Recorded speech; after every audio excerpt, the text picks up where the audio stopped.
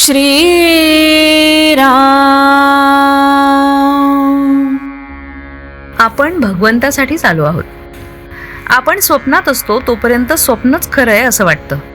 त्याचप्रमाणे जोपर्यंत भगवंताचं सत्यत्व आपल्याला नीट समजत नाही तोपर्यंत हे सगळं मिथ्या असणारं जग आपण भ्रमानेच सत्य मानत असतो. जे चिरकाल राहतं तेच खरं सत्य. आपला मार्ग चुकलाय एवढं जरी समजलं ना तरी सत्याकडे जाता येतं. मन विषयाकडे लावून समाधानाचा अनुभव येणार नाही. समाधान जिथे भंगतं तो मार्ग खास चुकीचा आहे. मुंगळा गुळाच्या खड्याला चिकटतो.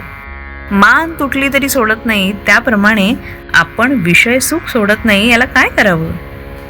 जे अनुभवाने खरे शहाणे होतात ते या विषय सुखाचा त्याग करतात आणि ज्यांची ही विषयाची आसक्ती सुटली त्यांनाच ते मिथ्या आहे हे प्रत्ययाला येतं. आपलं समाधान का बिघडतं बरं? आज आहे त्यापेक्षा निराळं असावं असं वाटतं म्हणून. जो जिन्नस जिथे ठेवलाय ती जागा सोडून आपण त्रिभुवन जरी शोधलं ना तरी तो सापडत नाही. त्याप्रमाणे ज्या वस्तूमध्ये समाधान नाहीच त्यामध्ये कितीही शोधलं तरीही ते आपल्याला मिळत नाही. समाधान फक्त भगवंताजवळ आहे. खरं म्हणजे आपली वृत्ती परिस्थितीत अडकलेली असल्यामुळे ती स्थिर राहत नाही, म्हणून आपल्याला समाधान नाही.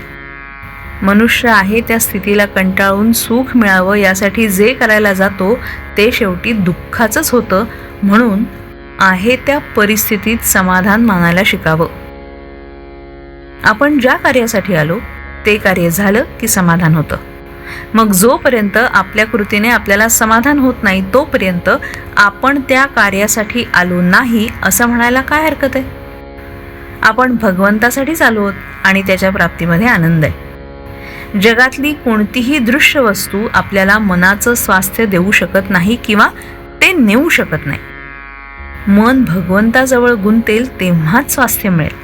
त्याकरता नेहमी भगवंताचं नामस्मरण करावं, त्याचं गुणवर्णन ऐकावं, त्याच्याशिवाय दुसरी गोष्ट काढूच नये. मिथ्या समजून प्रपंच करावा आणि भगवंताचं होऊन राहावं. नामाच्या उलट सांगतील त्यांच्यावर विश्वास ठेवू नये. कोरडा वेदांत ऐकू नये. प्रत्येक नामागणिक भगवंताची आठवण होते, म्हणून नामच सर्वस्व मानावं. नामात काय आहे ते घेतल्यानेच सगळं काही कळून येतं. तीर्थक्षेत्रात किंवा संतांच्याकडे जाऊन वस्तू मिळवायची नसून ते समाधान मिळवायचं असतं आणि हे नामस्मरणाच्या योगानेच घडून येतं. श्रीराम.